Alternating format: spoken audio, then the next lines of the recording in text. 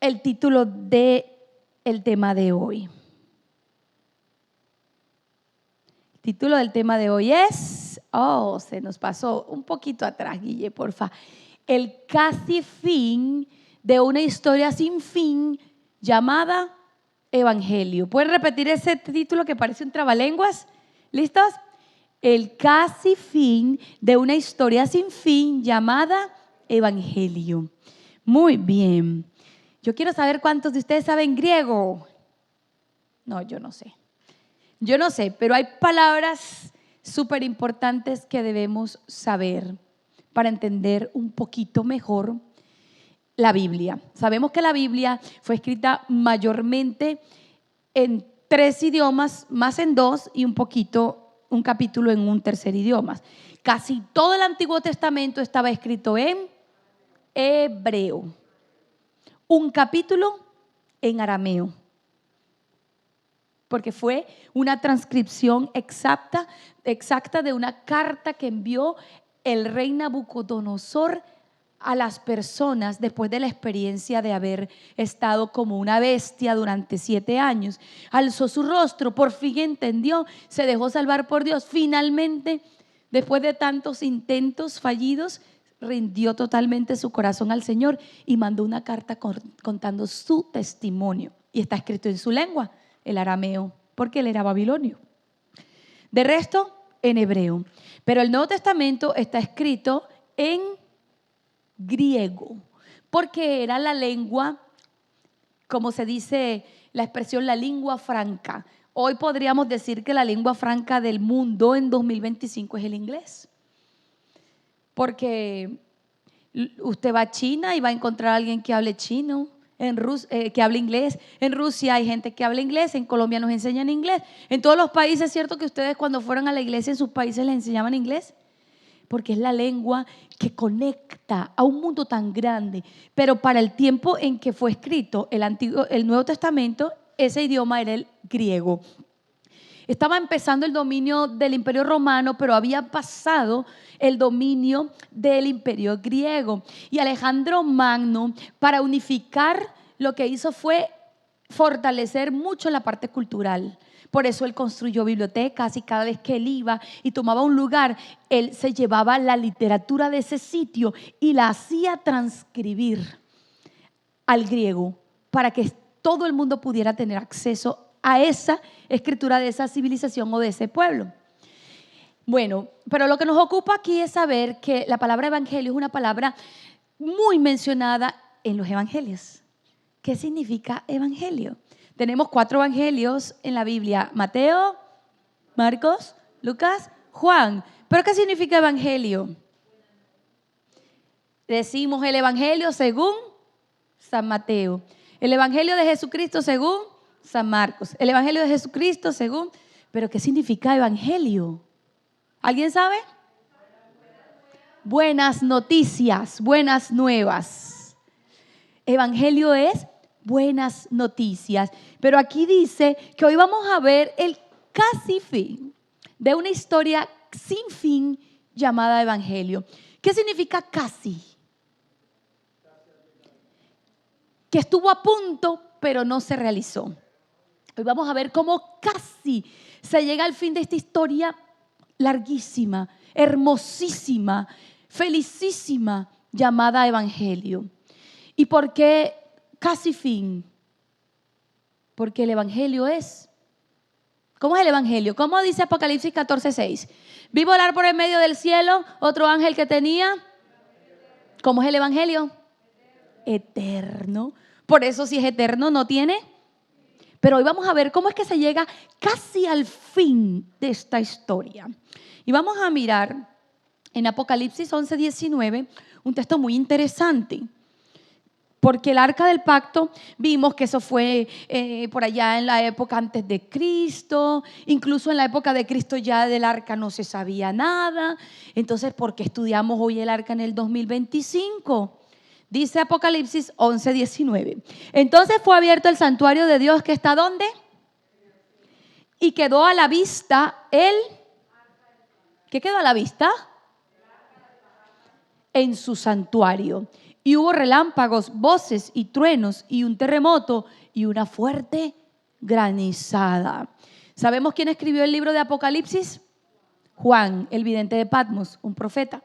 Sabemos que los profetas, Dios les muestra cosas o les habla cosas que necesitamos saber, pero no se la comunica a la masa, a todos, sino que a través de una persona le muestra cosas. Y no solamente son cosas del momento o del pasado. Por ejemplo, Moisés, ¿cómo nos narró Moisés Génesis 1, 2, 3? Si Moisés existió mucho tiempo después. ¿Cómo él supo cómo hizo Dios el cielo, la tierra, hágase la luz, hágase esto, cómo Adán y Eva pecaron y el fruto prohibido? ¿Cómo supo él eso? Chicos, ¿ustedes saben cómo es que alguien pudo escribir esa historia si Adán y Eva ya se habían muerto? Porque Dios le mostró como en una pantalla, yo creo que sería más grande que esta, con todo sonido, con todo color, con todo movimiento, a Juan, a Moisés esa historia. Pero a Juan, muchísimos años después, le mostró otras cosas. Por ejemplo, le mostró cómo sucedió la rebelión cuando Satanás, de ser un querubín cubridor, o sea, los que están cerquita, cuidando el trono de Dios, se permitió, y eso se llama el misterio de la iniquidad, no sabemos cómo un ángel perfecto se vuelve envidioso, o sea, empieza a transgredir una ley que estaba en el corazón de los ángeles, no estaba en una piedra. Todos entendían que Dios lo adoraban, lo amaban, lo respetaban, lo temían, pero él empieza a pecar y el 10º mandamiento dice no codiciarás, y él codició y él fue su Dios delante de Dios y él empezó a hablar mal de Dios, o sea, todos los mandamientos los quebrantó. Él era un querubín. ¿Y cómo supimos toda esa historia de que Miguel y sus ángeles luchaban con el dragón y sus ángeles y que lo echaron del cielo? ¿Cómo lo supimos? Porque Juan lo vio. Pero cuando Juan lo vio en la isla de Patmos, eso había pasado hacía mucho tiempo. Ni siquiera Adán y Eva existían. Pero Dios sabe que para que nosotros no nos perdamos necesitamos un mapa, una ruta. Necesitamos saber qué viene para que las cosas no nos sorprendan y no nos asusten y no nos confundan. Así que Él reveló también cosas del futuro. Y este versículo específicamente es un versículo que nos habla de un futuro que está muy cerquita del 2025.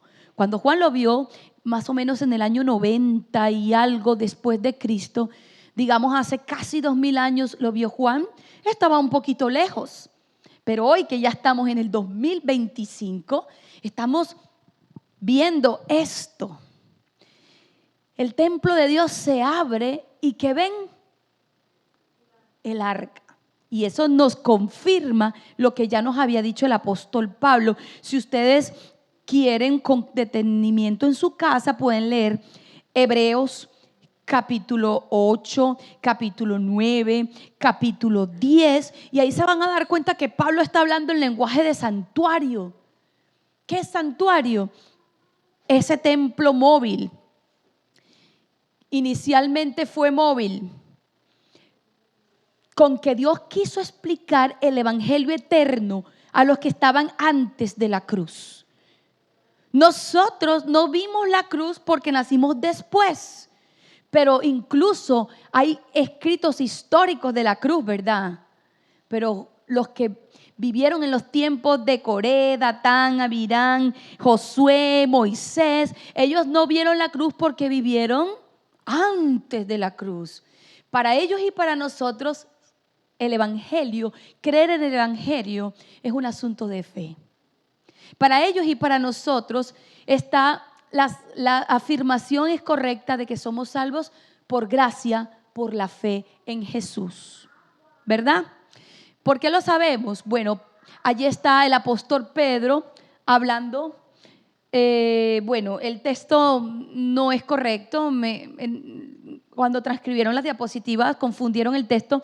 Debería decir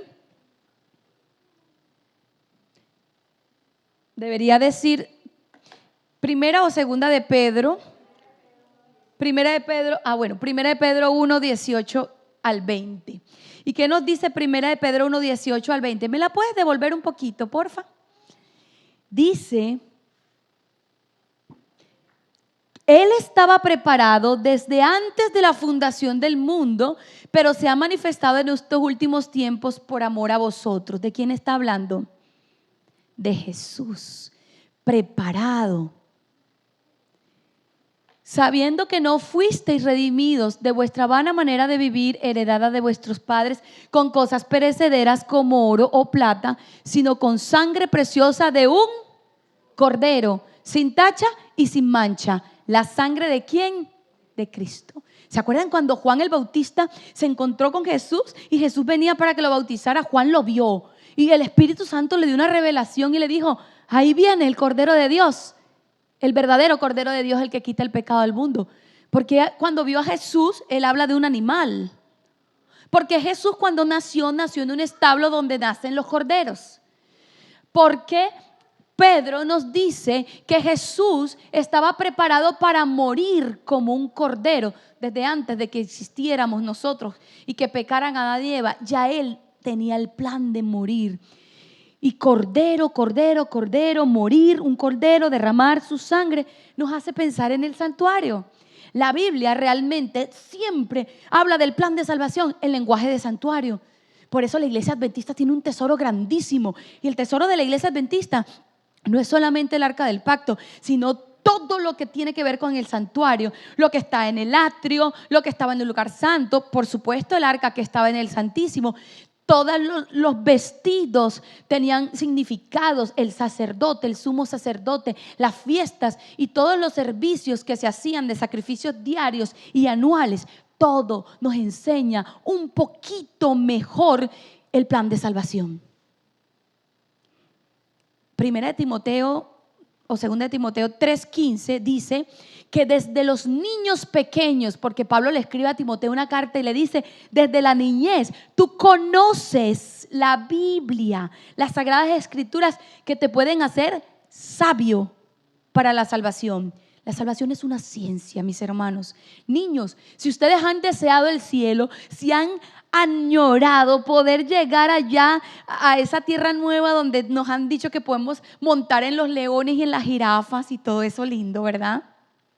Qué rico. Pero para poder llegar a ese sueño, ser realidad, tenemos que aprender. La salvación es una ciencia y el Espíritu Santo es el maestro y el libro es la Biblia. Pero una de las cosas donde más claramente Dios explica el plan de salvación no era un libro de papel, era un libro ilustrado. No existía la fotografía en ese tiempo, pero Dios mandó a hacer una maqueta gigante de cómo es su oficina en el cielo. La oficina de Dios es el santuario del cielo y Hebreo nos dice muchas veces con mucha claridad que el verdadero templo fue hecho por Dios y no por el hombre. ¿Y está dónde? En el cielo. Por eso cuando Juan nos habla de que en el cielo se abrió un templo, él ve un arca, comprobamos que es cierto. Tú y yo no lo hemos visto. Como los israelitas no podían ver el arca porque estaba por allá guardada y velada, tú y yo no podemos ver el arca porque está en el cielo. Juan lo dice, pero debemos creer que está allí. Y si Juan nos llama la atención a verlo, si se dan cuenta y ustedes leen los versículos que están alrededor de Apocalipsis, allí del texto que usamos ahorita, de 11-18, ¿sabe qué nos dice? Que está en el contexto de la séptima trompeta. ¿Y saben qué pasa en la séptima trompeta? Es la venida de Cristo. ¿Ustedes creen que Cristo viene pronto?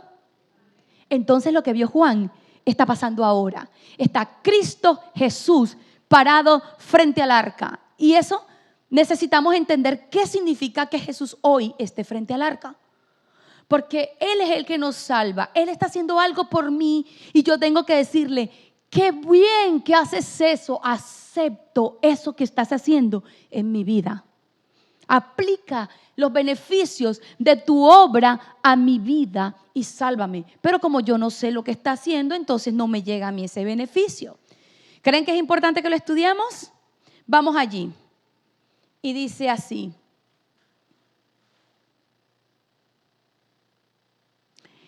El santuario terrenal era símbolo de cosas celestiales. Eso lo podemos ir entonces. Vamos a viajar al Edén. Todavía no existía el arca, ni los otros muebles, ni este santuario. Creemos que lucía así por todas las descripciones tan detalladas que están en la Biblia. Si no fuera tan importante, Dios no hubiera dado detalles de las medidas, de los colores, de los materiales, de todo el santuario.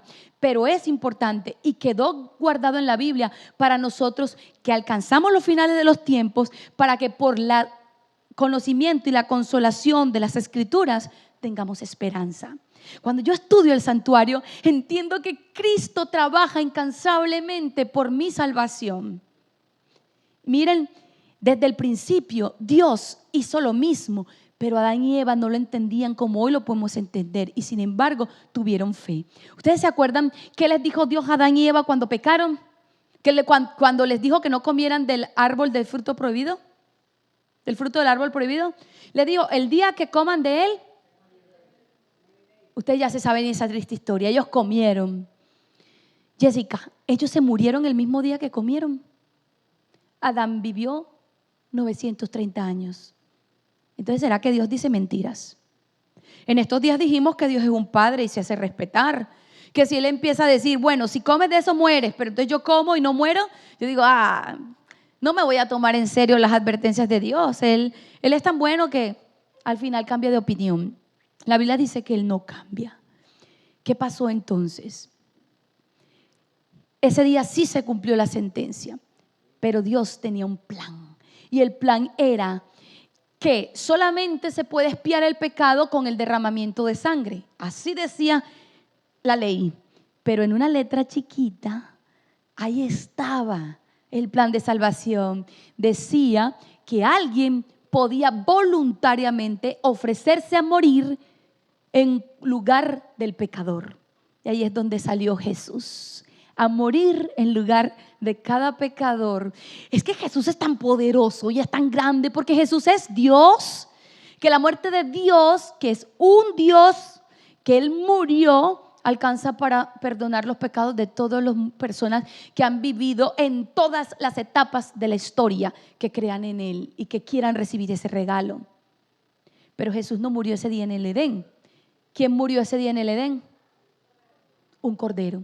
¿Cómo sabemos que murió? Ahí no dice, pero dice entre líneas que cuando ellos se vistieron con su propia justicia, su solución al pecado que les traía vergüenza y desnudez fue ponerse unas hojas que se marchitan, se rompen y se caen. Dios les dijo, no, esa no es la solución. La solución es que un cordero muera, y con su piel los vistió. Enfrente de ellos, Dios con su propia mano mató al cordero, le quitó su piel, vistió a Adán, vistió a Eva, y ellos entendieron con lágrimas en sus ojos que el pecado es algo serio, mis hermanos. Porque Dios hacía tan fuerte todo el sistema de sacrificios, porque Dios quiere que nos toque el corazón, entender que el pecado mata, que el pecado trae vergüenza. Y ese día murió un cordero, y eso es lenguaje de santuario. Y cada vez que iban viniendo nuevas generaciones, iban perdiendo el contacto y el conocimiento directo con Dios, iban perdiendo la inteligencia, ya no eran tan poderosos sus cerebros para entender. Dios tuvo que hacerse nuevas maneras de explicar el plan de salvación, y el santuario funcionó muy bien. Funcionó más de 1500 años, contando entre el santuario móvil y el templo. Ya saben que después del año 70 ya no hay templo, ¿verdad? Pero sí hubo el santuario móvil, luego el templo de Salomón. Cuando lo destruyeron, Zorobabel lo reconstruyó, y luego Herodes lo embelleció, y luego los romanos lo destruyeron, y ahí sí llegó el fin. Pero todo ese tiempo Dios repitió las enseñanzas del plan de salvación a través del santuario. ¿Creen ustedes que es importante que nosotros vayamos al Antiguo Testamento para entender el santuario? ¿Sí o no? Sí, porque yo necesito ser salva. Y yo, para saber cómo se salva el hombre, tengo que entender el plan de salvación. Entonces, a través de todo lo que tiene que ver con el santuario, el Señor nos quiere enseñar. Dice que así como era el centro de todo lo que pasaba en el pueblo de Israel del desierto, incluso cuando ya estaban en Canaán, era el centro de la vida del pueblo, debe ser el centro de nuestra vida, comprender las verdades reveladas en él. ¿Cuánto tiempo hemos pasado estudiando el Éxodo, Levíticos, Números y todos los que tienen que ver con el santuario? Hebreos, que es una vista ampliada y explicada de cómo esas cosas terrenales realmente explican cosas eternas y celestiales. Antes de la existencia del santuario ya se conocían algunos de estos ritos, como por ejemplo la Pascua, ¿cierto? Que fue antes del santuario. El sacrificio de un cordero, ya Abraham, Jacob, ellos ponían altares. Abel presentó una ofrenda, ¿verdad? En un altar con un cordero. Ya habían cosas que el hombre conocía acerca del plan de salvación. Y entonces vamos a conocer un poquito más el santuario. No hay muchísimo tiempo, pero más o menos lucía así. Y lo que Dios quiere que entendamos es que la salvación es también una persona que se llama Cristo Jesús. Y a través de cada cosa del santuario y cada oficio y cada persona del santuario y cada fiesta del santuario, podemos entender algo más de Jesús. La puerta. ¿Cuántas puertas habían? ¿Cuántos mediadores y salvadores hay? Uno. ¿Sabían ustedes que la catequesis católica enseña que María es corredentora? Que junto con Jesús ella es salvadora. Pero dice, tenemos un solo mediador entre Dios y los hombres, Jesucristo hombre. Y Jesús dijo, yo soy el camino, la verdad y la vida, y nadie viene al Padre sino por mí. Una sola puerta. Nos enseña que no hay otro plan de salvación. Te pueden presentar otro plan de salvación, como la salvación por obras, o como no la salvación del pecado, sino la salvación en el pecado. Pero todas son mentiras para alejarte del verdadero plan y que tú te pierdas. El enemigo presenta un evangelio que no es eterno, no es puro, es falso. Un Jesús diferente que no exige santidad, sino que se amolda a tu ley y a tus gustos, y no que te ayuda a llegar a que tú lo ames a Él y que te acoples al método de Él. Después de la puerta vemos un mueble, era el altar del sacrificio. ¿Y quién estaba ahí en el altar quemándose? Cada mañana y cada tarde, un cordero. ¿A quién representa?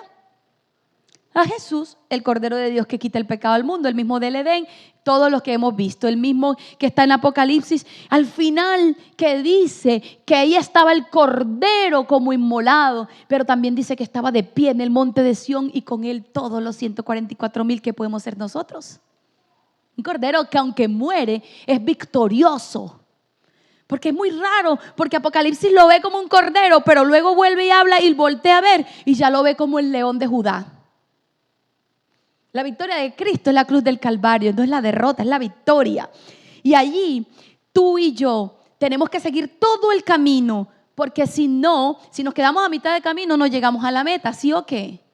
Entonces tenemos que hacer el camino. ¿Creemos que Jesús es el único mediador? Sí. ¿Y cómo nos salva? Tomando nuestro lugar, muriendo por nosotros, aunque Él era un corderito blanco, limpio, sin mancha, sin pecado ni contaminación.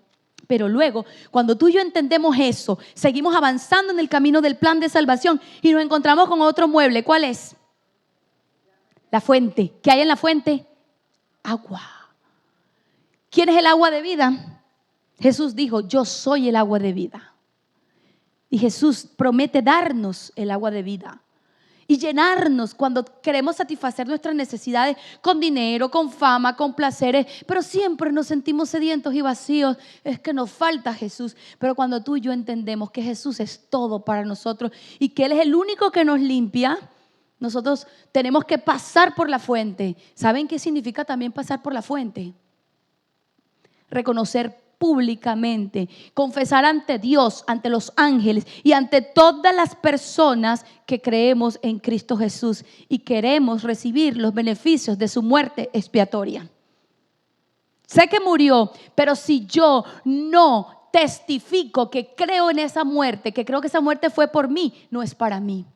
Por eso, mi hermano y mi hermana, si no nos hemos bautizado, aquí estamos atrancados en ese camino.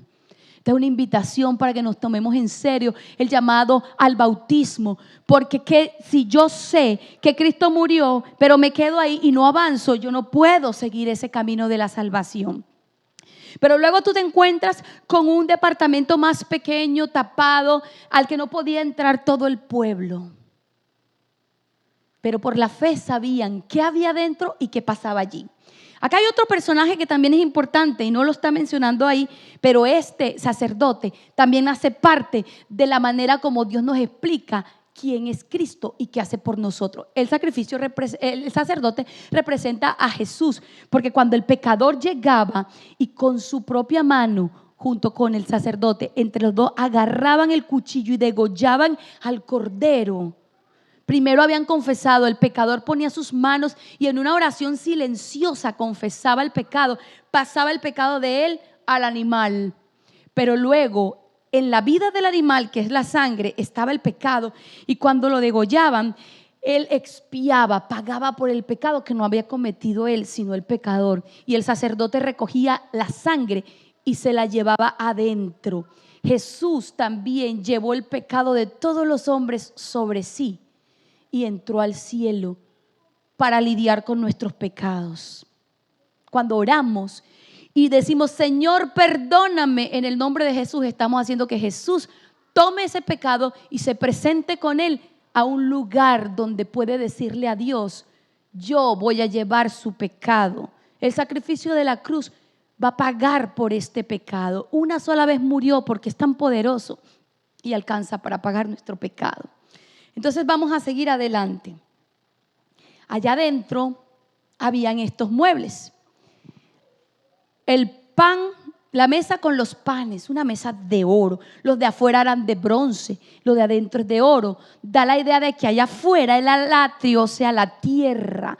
Pero ahora cuando Cristo resucitó, entró al lugar santo. Apocalipsis 4 y 5 nos habla de la llegada de Jesús al cielo y todos los ángeles lo alaban y le dicen, venciste. Pero ahí no hay personas, porque todavía no es el fin, es cuando Él subió al cielo para decir, ya morí en la cruz, lo hice bien según lo planeado, y Él lo coronan y le dicen, ahora sí puedes empezar a salvar a todos los tuyos. Y ahí está Jesús como el sumo sacerdote intercediendo, se para delante de un altar, ¿cierto? Pero vamos a ver qué pasa en el pan. Todo el tiempo habían unos panes planos, sin levadura, representan que no hay pecado. Los panes también representan la palabra de Dios, porque no solo de pan vive el hombre, sino de toda palabra, o sea que representan la Biblia. Pero Jesús en Juan capítulo 6 dice, yo soy el pan vivo que bajó del cielo. Jesús es el maná. Entonces, Él todos los días hace provisión de su palabra. Jesús está siendo fiel. Él me manda, todos los días la Biblia está ahí. Y si yo todos los días la abro, Él todos los días me alimenta, me enseña y me fortalece más. Queda de mí abrirla, ¿sí o no? Pero ahí está. Había un pan por cada una de las tribus de Israel, queriendo decir que Dios hace provisión para todos, para los niños, para los grandes, para los viejos, para las mujeres, para los hombres. Todo el mundo puede comer de ese pan. Más en esta época donde el evangelio se predica por la radio, por la televisión, por la internet, en todas partes. Pero de este lado había un candelabro de 7 brazos que representa a Jesús también, que es la luz del mundo. Él dijo, yo soy la luz del mundo. Y para que brillara había un aceite de olivas que tenía que estar todo el tiempo poniéndose. Pero Jesús dijo, ustedes son la luz del mundo, en San Juan 5:14. Cuando yo estoy en contacto con Jesús, que es fuego consumidor, cuando Moisés hablaba con Dios en su gloria, ¿cómo bajaba él del monte? Brillante, glorioso, reflejando la gloria de Dios. Cuando yo estoy con Dios y veo su luz, ¿cómo me ve la gente a mí? Me ve brillar, porque ven mis buenas obras y glorifican al Padre que está en los cielos, ¿verdad? Pero ¿quién es el que me posibilita a mí para las buenas obras? Dios. Por eso debo todos los días pedir, Señor, pon aceite del Espíritu en mi vida, o si no, no puedo brillar. No puedo entender la palabra y no puedo enseñarla. No puedo dar una vida de testimonio que muestre a Dios. Ahí está. Dentro de ese lugar no había más luz sino esa.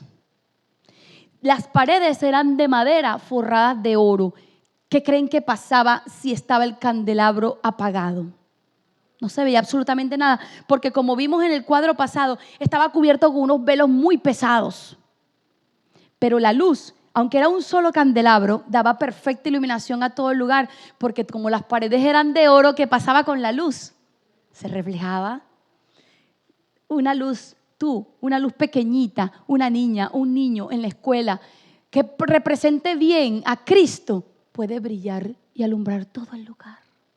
En tu lugar de trabajo. Mira, ¿y qué más había al frente?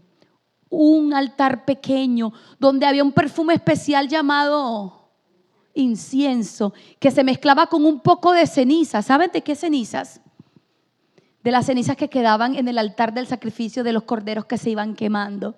Eso representa cómo Jesús mezcla los méritos de su muerte. Esa ceniza es: yo morí, alguien murió, pero el perfume es agradable. Y traía delante de ese altar la sangre en el tazón. Y decía: aquí traigo el pecado del pueblo, o el pecado de un pecador particular que había llevado su corderito. El Señor necesita que nosotros entendamos que el pecado causa dolor, muerte y vergüenza. El santuario era el centro de Israel. Alrededor del santuario estaban todas las casas de Israel en perfecto orden, y el centro era el santuario. Si tú vivías por allá en una casita y habías cometido un pecado que no se cubría con el sacrificio de la mañana y de la tarde, que era gracia para todo el mundo que orara a la hora del sacrificio, parados en el lugar donde sonaba la trompeta y los cogían, oraban, y ese cordero que el sacerdote ofrecía cada mañana y cada tarde en favor de todo el pueblo, lo cubría uno por los malos pensamientos, por los pecados involuntarios, por los pecados incluso desconocidos, por los pecados pequeños. Pero ya un pecado que se había hecho notorio, como que alguien le robara a alguien algo, que se peleara y se dijera ofensas, ¿verdad? Ya era notorio, hacía que la persona tenía que llevar un cordero de su patio. Imagínense, niños, cómo sería criar un corderito todo un año, abrazarlo, jugarlo, mimarlo, y luego pecar y tener que coger, ponerle una cuerdita y llevártelo por todo el pueblo. ¿Cómo dirían los vecinos? ¡Ah! Allá va Sofía. Bueno, iban los hombres en representación de las familias, pero qué triste, ¿verdad? Cuando veían caminar a una persona, todo el mundo decía: ¡ah! Lo que hizo es pecador. El pecado avergüenza, mis hermanos. Dios diseñó todo este sistema de una manera tan maravillosa para que entendiéramos esas cosas. Y entonces, cuando se quemaba eso, ahí se mitigaba el mal olor que había en ese lugar hermoso. ¿Cuál mal olor? Pues el tazón de sangre. El sacerdote tomaba unas ramitas, hundía en la sangre la ramita y luego echaba la sangre en la cortina. ¿Quieren saber de qué era la cortina? Era de unos materiales finísimos, hermosos, azul, rojo, morado, con bordados en hilos de oro, con figuritas de ángeles, granadas, flores, trompetas. Qué pesar coger una cortina tan fina y llenarla de sangre todos los días. ¿Cómo creen que iba a estar eso en un año? Horrible. ¿Cómo creen que era el olor allá adentro? Insoportable. Por eso el perfume servía tanto para que no fuera nauseabundo el olor y la experiencia del sacerdote fuera soportable adentro, pero también para decirnos: cuando tú y yo oramos, nosotros, nuestra justicia es como trapos de inmundicia, como un trapo sucio. Pero cuando al final de nuestra oración descargamos todos los pecados: Señor, hice esto, pensé esto, perdóname esto y esto, y le contamos al Señor, de corazón entregamos el pecado, ese pecado nauseabundo, y al final decimos: en el nombre de Jesús, amén. es como si le entrara perfume a ese pecado, a esa oración, y ya no huele feo. Ya detrás de la cortina, al final la cortina no era hasta arriba, sino que había un hueco, y el olor, el humito ese, el humo oloroso subía y llegaba detrás de la cortina. ¿Y saben qué estaba detrás de la cortina? El arca, representaba a Dios. Entonces ahí el sacerdote representa a Jesús diciéndole al papá: Sofía pecó, hizo esto, pero está arrepentida. Y como yo tengo una vida perfecta, y como tú me amas tanto porque yo te he obedecido en todo y estamos bien, entonces recibe mis méritos y ponlos en su favor. Y Dios dice, sí. Pero vamos a terminar, porque esto es un tema apasionante. Cristo es el justo y el que justifica. Es el que añade a nuestras oraciones su justicia. O si no, no podríamos ser escuchados. Eso pasaba todos los días, pero un día al año había algo diferente. Habían no un animal, sino dos. Claro, ese día también habían sacrificios de la mañana y de la tarde. Pero el principal, el día más importante de todo el año era el Yom Kippur. Yom significa día. Yom Kippur, literalmente, esto es hebreo, significa día de la expiación. Para los niños, la palabra expiación puede sonar como muy sofisticada. Podemos decir simplemente el día del perdón. Como adventistas del séptimo día sabemos que todas estas fiestas tenían un cumplimiento en la historia, no una vez al año repitiéndose, sino que por la profecía bíblica, por ejemplo, Daniel 8:14, sabemos que el día antitípico, o sea, que lo que se hacía ese día, Dios lo hacía para que entendiéramos que en 1844 Jesús iba a pasar de donde estaba en el cielo a un lugar más importante, a hacer la última cosa que va a hacer en el cielo antes de venir a buscar a los salvos. Y ese es el día en que estamos hoy viviendo, porque ya pasó 1844 y tú y yo estamos vivos. Estamos viviendo en el tiempo donde Jesús en este momento está en el cielo frente al trono de Dios, haciendo la limpieza de todos esos pecados que estaban en la cortina. Cada vez que oramos estamos como llevando a la cortina celestial. Yo no creo que sea realmente una cortina, pero estamos almacenando pecados en el cielo y Jesús los recibe. Pero cuando Él se sienta, y en Daniel 7 dice que la obra delante del arca en realidad es una obra de juicio, donde le traen libros donde está anotado nuestros pensamientos también, no solo nuestras palabras y nuestras acciones, nuestras motivaciones. Aunque tú y yo no estemos presentes, o los muertos, porque los muertos nada saben, abre Dios el libro. El primero que pasó por la lista fue Abel, porque empezó por los muertos, y el primer muerto de los amigos de Dios, ¿quién fue? Abel.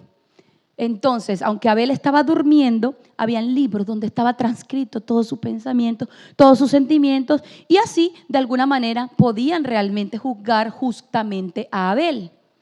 Pero ya pasó los muertos y ahora está juzgando a los que estamos vivos. En el momento en que pasen por la página de Sofía Cedeño, el Señor va a tener una lista de todos mis pensamientos, sentimientos y acciones, pero sobre todo, cada vez que yo oro sinceramente y arrepentida, Él, al frente de esa anotación de mi pecado, Él con la tinta roja de la sangre de Cristo Jesús escribe: perdonado.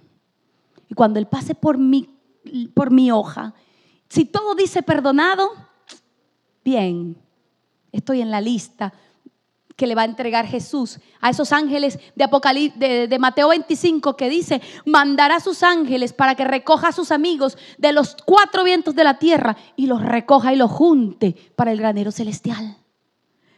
¿Tú quieres estar en esa lista? Amén. Si no estamos en esa lista, vamos a ser los de la otra lista. Aquí dice que oró por esto, pero todos los días lo volvía a hacer. No parece sinceramente arrepentido. ¿Sabe qué significa arrepentimiento?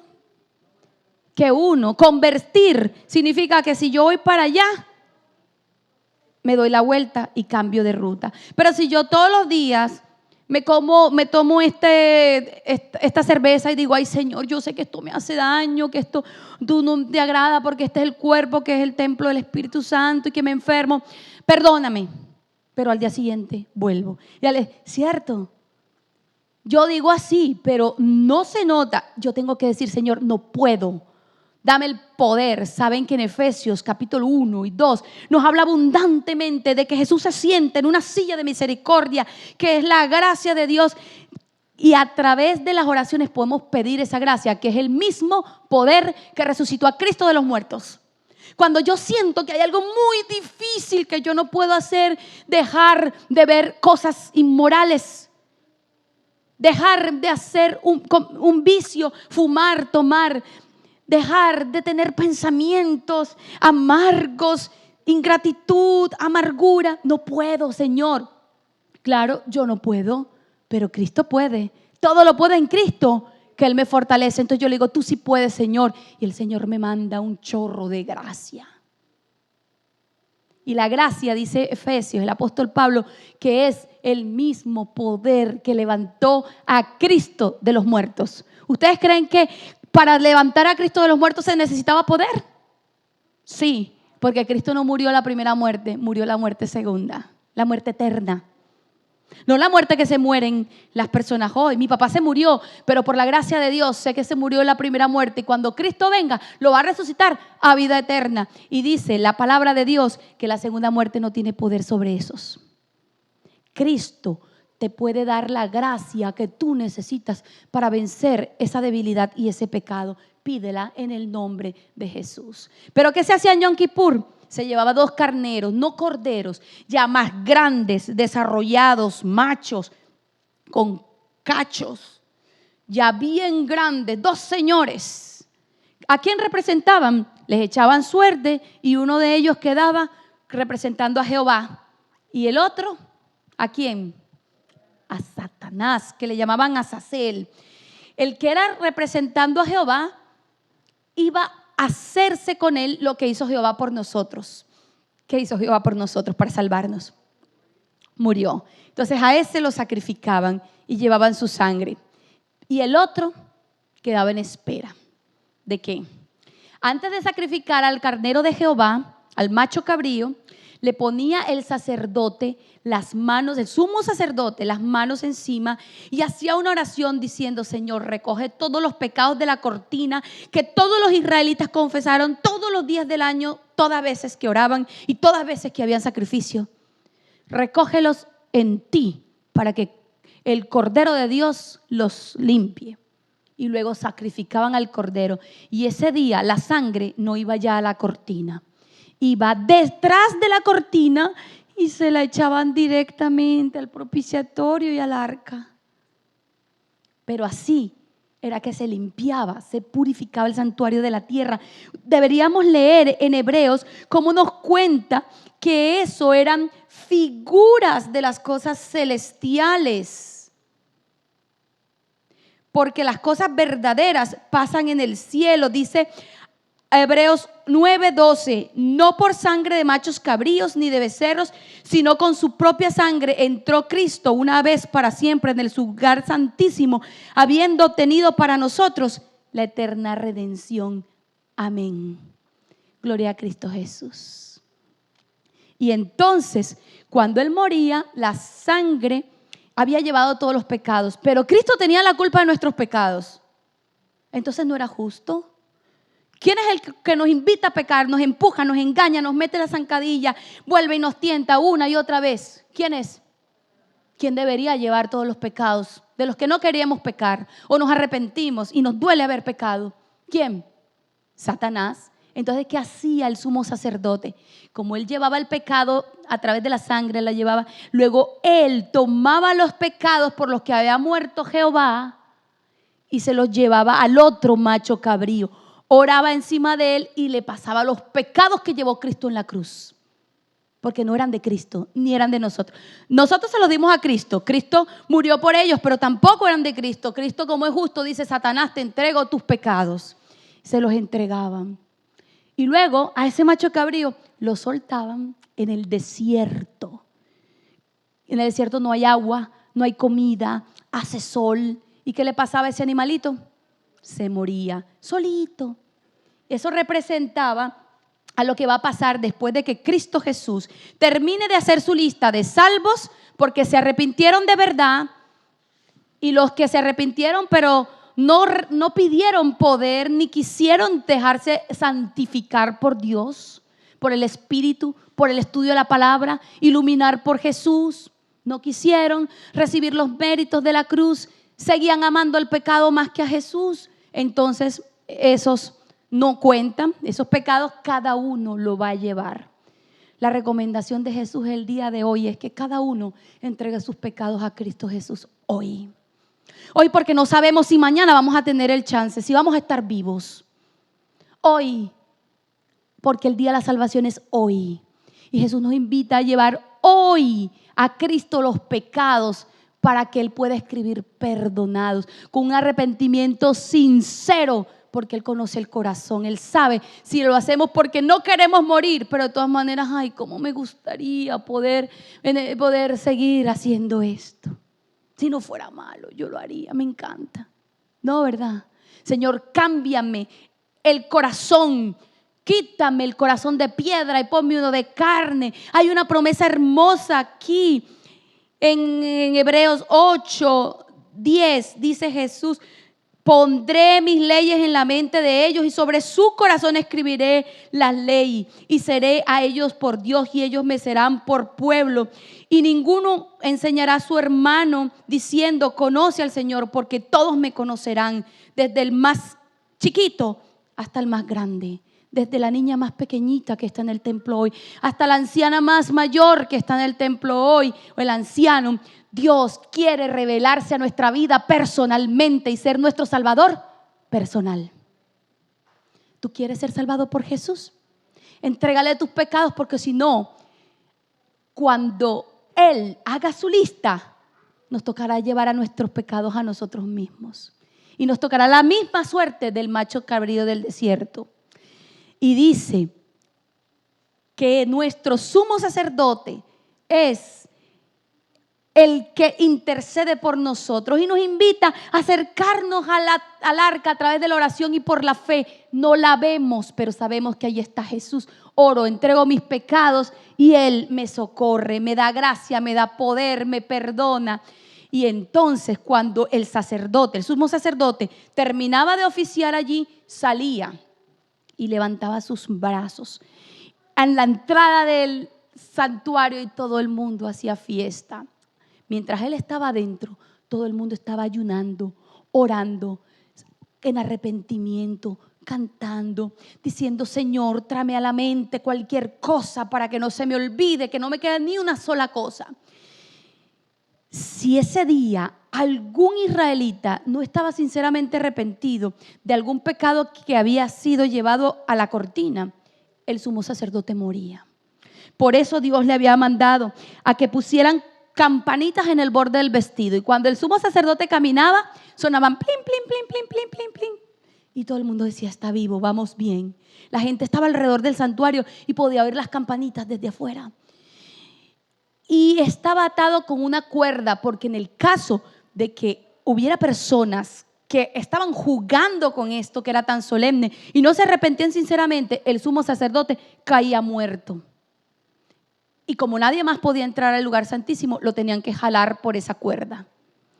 Afortunadamente la Biblia no nos cuenta que alguna vez pasó eso.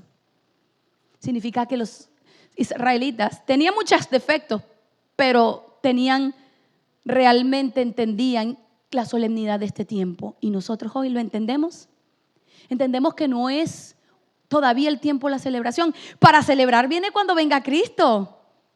Pero ahora hay que vivir en consagración, en oración, en conexión con Dios, suplicando que el Espíritu Santo nos revele, que nos dé convicción de pecado, porque si yo no estoy convencida de que es pecado, no pido perdón.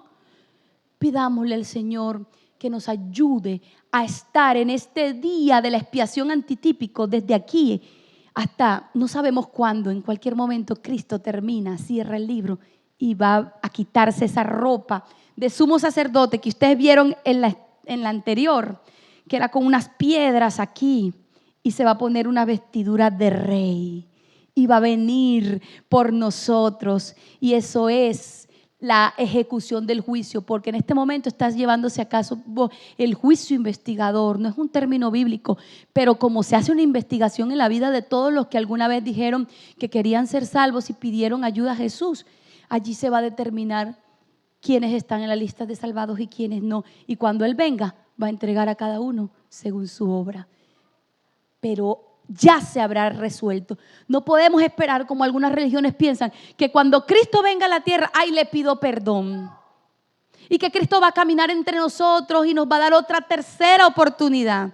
No, la oportunidad es hoy, el día es hoy, el arrepentimiento es hoy, antes de que se acabe la gracia.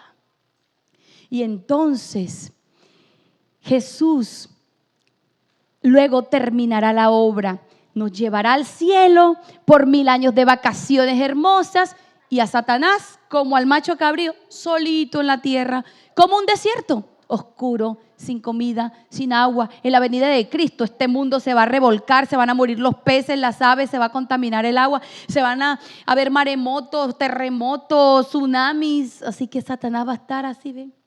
Aburrido, no tiene a quien engañar, y así, muerto, pero del aburrimiento, como el macho cabrío. Pero nosotros en el cielo, después de visitar mundos, conocer personas, entrevistar a tu personaje bíblico favorito, ve haciendo tu lista de preguntas, también nos va a dar un chance muy importante. Él sabe que somos humanos. Los libros del juicio están siendo leídos no porque Dios no sepa lo que cada uno merece, sino porque hay ángeles allí. Y los ángeles tienen que estar seguros de que Dios es justo. ¿Se acuerdan que también hubo un problema en el cielo? Entonces, a través de ese abrir el libro para que todos los ángeles conozcan el contenido del corazón de cada ser humano y sepan que Dios va a dar un veredicto justo, Dios le quita a los ángeles cualquier duda sobre su justicia. Pero ahora yo voy a llegar al cielo y yo voy a decir, ¿y mi prima por qué no vino? Si ella era jefe de diaconisa, si ella era maestra de escuela sabática, si era tan buena. Mi prima, ¿por qué no vino? Dios se equivocó, Dios no es justo, la primera persona que tenía que estar aquí es ella. Entonces, como Dios sabe que yo podría pensar eso en mi tristeza por extrañar a alguien en el cielo, Él me presta el libro y yo leo y me doy cuenta que habían cosas que ella amaba más que a Cristo, cosas que ofendían y hacían daño en su secreto, pero Dios las conocía. Pero de repente sigo caminando y me encuentro con mi vecina Mónica. Y digo, ¿y esa mujer por qué está así? ¿Por qué está aquí? Si me mató tantos mascotas, me los envenenaba a los perritos y a los gatos. Si era tan mala. Y Jesús me va a decir, revisa el libro. Y yo voy a ver que Dios le dio gracia y a la última hora ella se arrepintió. Y vamos a ser vecinas en el reino de los cielos. Imagínense, cosa tan bella. Dios es tan bueno. ¿Ustedes quieren ser salvos? El primer milagro que va a ocurrir en el cielo es vernos a nosotros allí. Y la segunda sorpresa va a ser ver personas que no esperábamos ver. Y la tercera sorpresa del cielo va a ser no ver personas que esperábamos ver. Pero Dios es justo.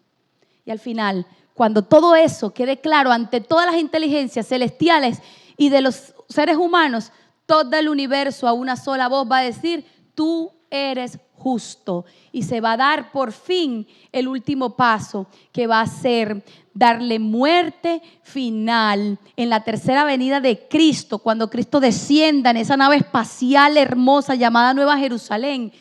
Va a venir con todos nosotros, los redimidos de todas las edades, y se va a parar esa ciudad en el monte, y el monte se va a abrir y se va a abrir una gran llanura. Léelo en la Biblia, en el espíritu de profecía. Y Satanás, cuando Dios llame con su voz de trompeta a todos los muertos malos, los va a engañar y les va a decir, yo los resucité, yo soy poderoso, luchemos y tomemos la ciudad. Es la última oportunidad de vencer a Jesús. Ahí Dios con su luz va a parar esa última rebelión. Les va a mostrar a los redimidos disfrutando de todas las cosas bellas y les va a mostrar los pecados de ellos, las oportunidades de salvación despreciadas, y no van a tener más remedio, incluso el mismo Satanás, que arrodillarse delante de Cristo Jesús, porque dice el apóstol: toda rodilla se doblará y toda lengua confesará que Jesucristo es el Señor. Y así va a llegar casi a su fin esta historia de amor llamada Evangelio Eterno. ¿Por qué digo que casi a su fin? Porque por los años de la eternidad, Dios seguirá enseñándonos de un amor que no podemos comprender y nos seguirá diciendo: mira, ese día que pasó esto, yo estaba haciendo esto y mis ángeles esto y tú esto, y decíamos: ay Señor, ¿cómo te hicimos sufrir? Y cuando empecemos a disfrutar de todo y aprendamos más y más, por toda la eternidad seguiremos entendiendo el amor de Dios. ¿No les parece hermoso? Bienaventurados los que lavan sus vestidos para tener derecho al árbol de la vida y para entrar por las puertas de la ciudad. ¿Quién quiere lavar hoy sus vestidos en la sangre del Cordero? Solo con vestidos limpios podemos entrar allá. Y es el día de hoy la oportunidad de salvación. Cristo viene pronto y dice aquí: cuanto más sepan los hombres acerca de Dios por la eternidad, vean, más admirarán su carácter. A medida que Jesús les descubra la riqueza de la redención y los hechos asombrosos del gran conflicto con Satanás, los corazones de los redimidos se estremecerán con gran gratitud, siempre más ferviente, y con arrebatadora alegría tocarán sus arpas de oro, y miríadas y millares de voces se unirán para engrosar el potente coro de alabanza por los siglos de los siglos. Amén. ¿Quién quiere estar en el coro celestial? Vamos a decirle a Jesús: hoy confesemos nuestros pecados, porque Él nos está oyendo. Yo quiero que los niños vengan y que mientras ellos cantan, tú permitas que tus pensamientos se eleven en oración y aproveches que hoy todavía está Cristo frente al arca en el cielo, recibiendo nuestras confesiones de pecado, poniendo sus méritos a nuestro favor. Jesús me oye. Jesús está oyendo esta noche tu oración. Él te ve, Él te conoce, y eso es una buena noticia, porque tú puedes ir con confianza. No te dé pena decirle cualquier cosa, por más horrible que sea. Él ya la sabe. Solo espera que tú, a través de la confesión, le muestres que crees en su amor, que crees en su poder salvador, y que recibas conmigo hoy los méritos de Cristo para que podamos entrar por las puertas de la ciudad.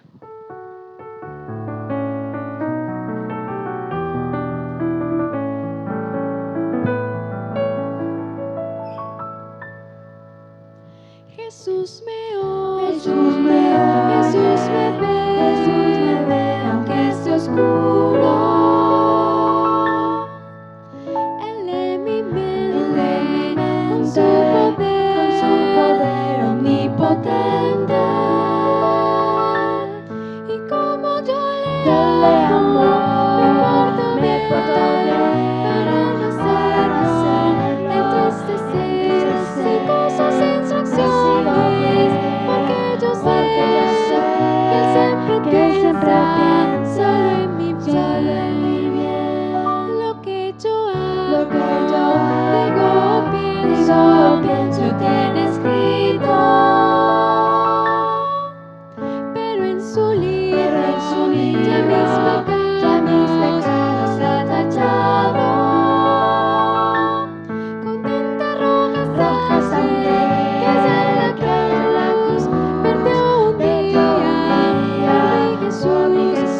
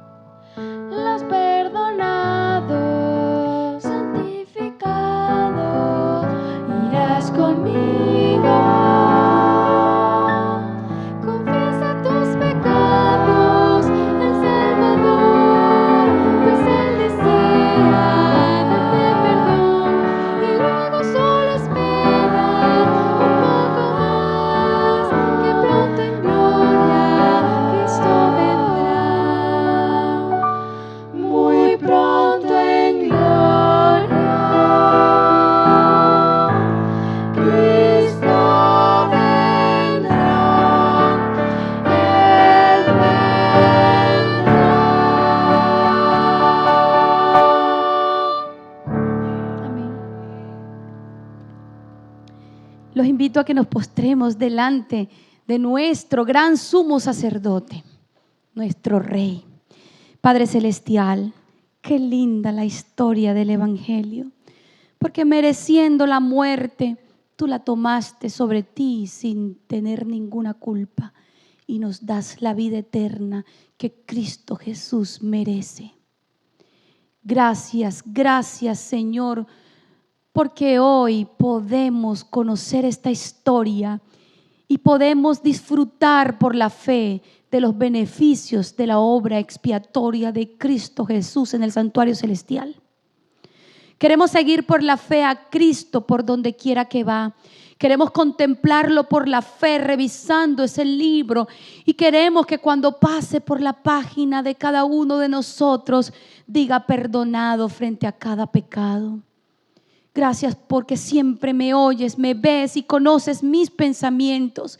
Y aunque el pecado es vergonzoso, hoy queremos venir con confianza a decirte eso que ya tú sabes, pero queremos confesar nuestros pecados para decirte que creemos en ti, en tu ternura, en tu paciencia, en que nos puedes comprender a pesar de que eres sin pecado, porque viviste en esta tierra y entiendes nuestra humanidad.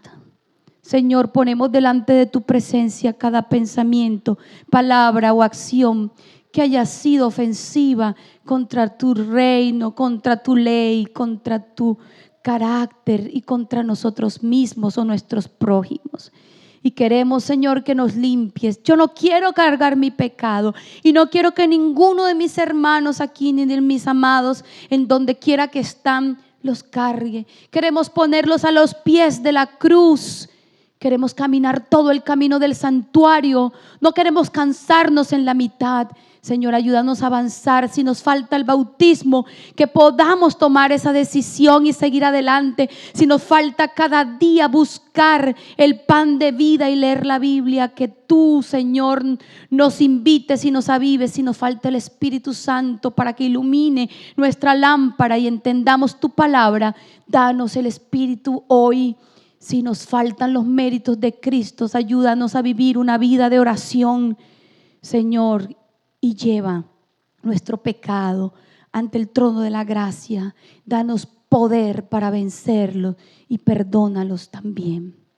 Señor, gracias por esta semana maravillosa en la que nos recuerdas que la historia más grande y más hermosa que alguna vez sea conocida entre los seres humanos y angelicales es nuestra historia de redención.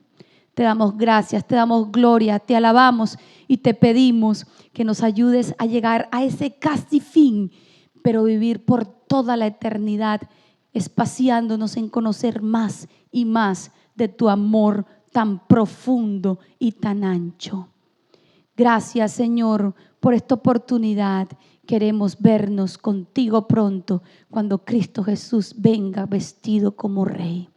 Te lo pedimos en el nombre de Jesús. Amén.